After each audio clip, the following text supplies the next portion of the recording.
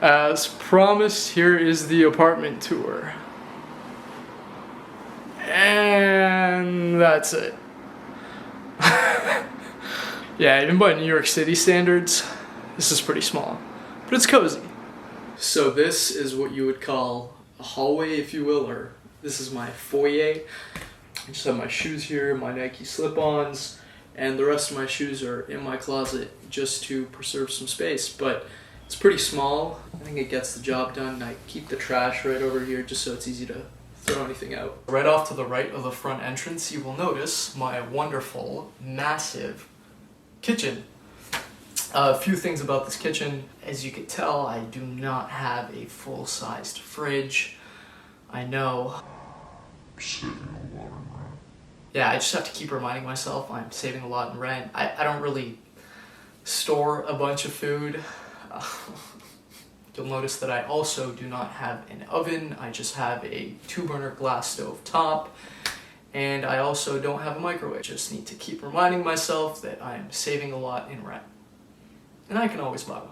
Other than that, kitchen's great, has a ton of storage that I don't need, and it gets the job done. Now, I know it may not seem like much to a lot of you guys, but this area here with no furniture next to the fireplace and closet, this is super important to me. One, after work, a long day, I'll throw my bags down here, my camera equipment is down here as well.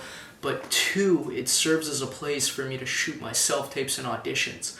You need a blank wall with no sort of distractions, and this was the only space, so it's super sacred to me and super important. And I use this long contraption as my camera tripod. Alright, I just want to pause right there, because I already know what you're thinking. Who the does this dreamy guy with a fantastic looking beard think he is? He can't act. To that I'd say,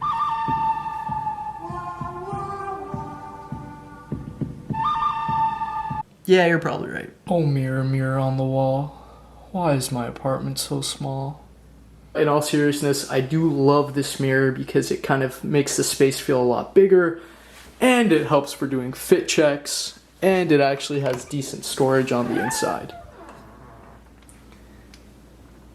So I got this couch from Wayfair, super comfy. It has like this velvety feel to it. Probably one of the best investments I've made. It's a little bit soft, but has a little bit of firmness to it as well. And this is really where I'll chill. I'll put on the TV. Speaking of the TV, you'll notice that it's freaking massive because I took a more cost-effective approach at a lot of other aspects, including the apartment. I thought I'd spoil myself a little bit and I'd get a 65-inch TV in a 300 square foot apartment. Now, the crazy thing about this TV, it's actually hanging on off the edge. Since the fireplace isn't actually straight, it's a little bit curved, I got so lucky that the legs on the TV actually stand out in like a V shape. It's literally just off the edge. Actually crazy.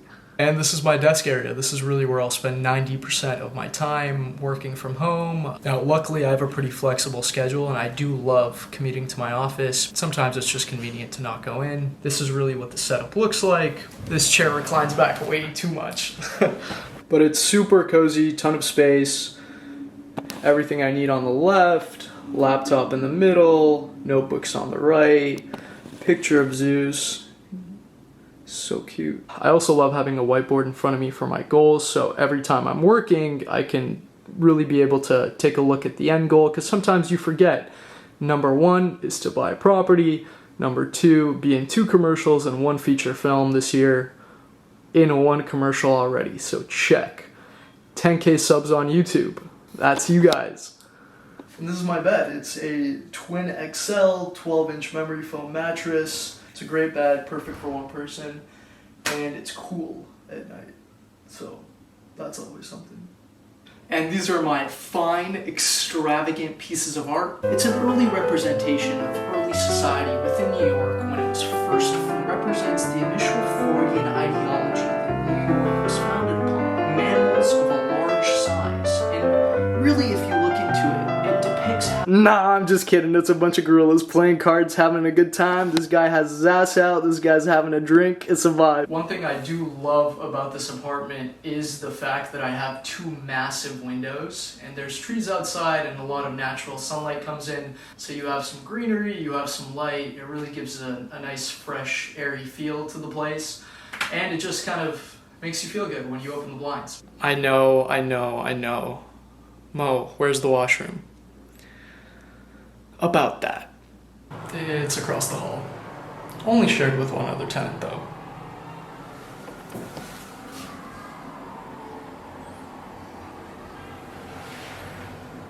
There is laundry in the building, so that's a plus.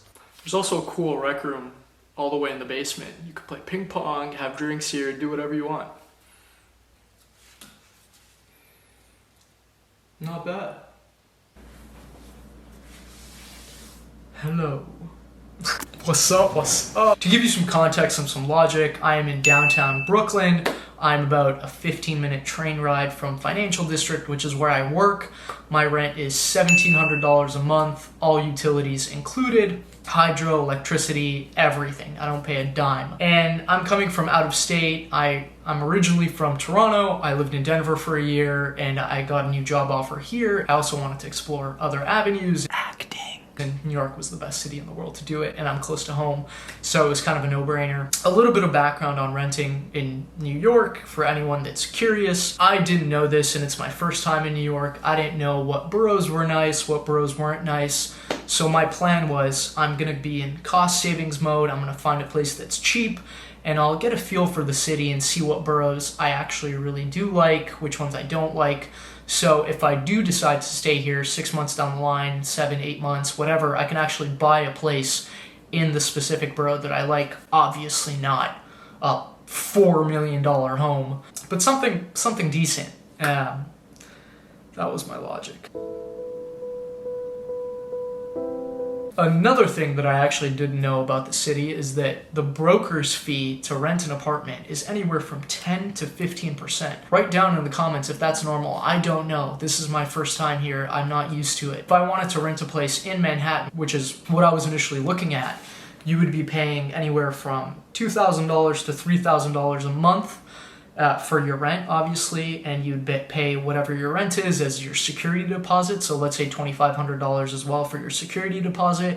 And then you would have to pay a 15% broker's fee. So that money evaporated. So I said to myself, if I want to move into Manhattan, I have to pay $2,500 plus $2,500 security deposit, and I'm gonna burn $5,000 in a broker's fee. So that's $10,000. You're gonna get $2,500 back, but still it hurts.